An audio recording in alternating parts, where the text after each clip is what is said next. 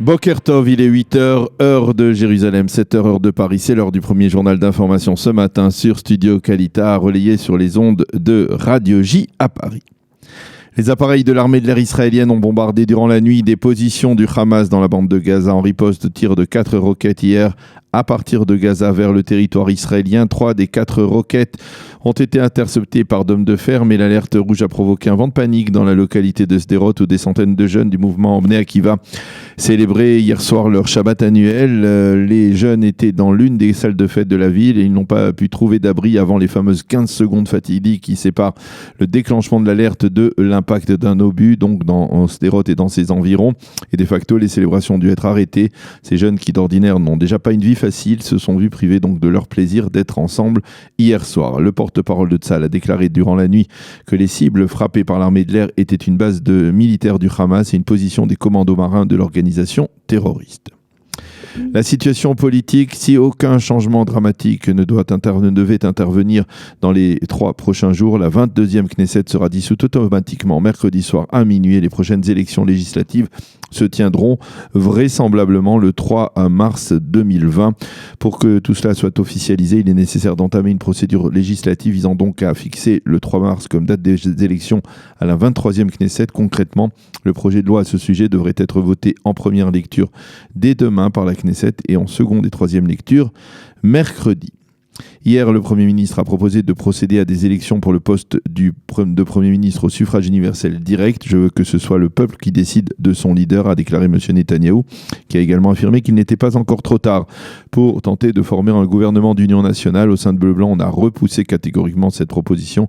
On l'a qualifiée de démarche vaine. Il convient de souligner qu'une vérification faite ces derniers jours par certains journalistes israéliens a permis d'établir qu'au sein de Résilience pour Israël, Hossein Israël, le parti formé par Benny Gantz dès son entrée en politique, une majorité de responsables sont favorables à la formation d'un gouvernement d'union, d'abord dirigé pendant 6 mois par Binyamin Netanyahou et ensuite pendant 2 ans par Benny Gantz. Mais cette proposition se heurte à l'opposition farouche de Yair Lapid. Enfin, à propos de Lapid, dans l'entourage de Benny Gantz, on affirme qu'en cas de nouvelles élections, le parti bleu-blanc se présentera sans rotation au poste de Premier ministre entre Gantz et son numéro 2 Lapid. L'ancien chef d'état-major est en effet persuadé que c'est la rotation interne qui a empêché Bleu-Blanc de remporter nettement les dernières élections de septembre. Ceci étant, le conseiller juridique du gouvernement, Avichai Mendelblit, devrait annoncer jeudi sa décision concernant le statut juridique du Premier ministre qui remplit, vous le savez également, les fonctions de ministre dans plusieurs ministères israéliens comme celui de la santé publique et celui de la diaspora. Le conseiller devrait répondre à 2 recours déposés devant la Haute Cour de justice contre la poursuite de son mandat alors qu'il est sous plusieurs chefs d'accusation graves. Selon l'avis du conseiller, M. Netanyahou ne peut pas démissionner actuellement de ses fonctions car il est à la tête d'un gouvernement de transition. Mendelblit a déclaré que la poursuite du mandat d'un Premier ministre qui est sous le coup de 3 chefs d'accusation pose de très sérieux problèmes. Fin de citation. Et puis toujours à propos des élections, sachez que le Conseil des lycéens de Jérusalem a décidé d'instaurer une grève de 2 heures ce matin dans tous les lycées de la capitale pour protester contre une nouvelle campagne électorale. Les jeunes lycéens doivent aujourd'hui participer à une marche à proximité de la Knesset pour exprimer leur protestation. Il faut souligner que la direction des scouts israéliens s'est jointe à ce mouvement de protestation et même plusieurs mouvements féministes entendent protester contre de nouvelles élections législatives.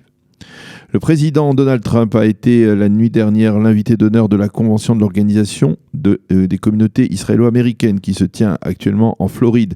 Durant son intervention devant plus de 4000 membres, il a affirmé que sous l'administration Obama, les relations israélo-américaines avait été durement affecté, mais que depuis son arrivée à la Maison-Blanche, il s'est, dit-il, tenu fièrement aux côtés d'Israël. Nous soutenons le droit d'Israël à se défendre et appelons à la restitution des corps des soldats et des citoyens israéliens détenus par le Hamas, a dit Donald Trump. Si les Palestiniens continuent à faire de mauvaises choses, ont-ils précisé, nous ne reprendrons pas notre aide économique à leur égard. Et à propos de l'Iran, le président américain a déclaré qu'il ne fallait pas laisser un régime qui appelle à la destruction des États-Unis et d'Israël la possibilité de devenir une puissance nucléaire. La météo pour terminer. Retour massif de l'hiver en Israël avec des pluies sur l'ensemble du pays et même peut-être dès demain soir l'arrivée possible de la neige sur les hauteurs du Hermon. Les températures seront en baisse. Il fera aujourd'hui 13 degrés à Jérusalem, 18 à Tel Aviv et 23 degrés à Eilat. C'est la fin de ce premier journal d'information sur Studio Kalita.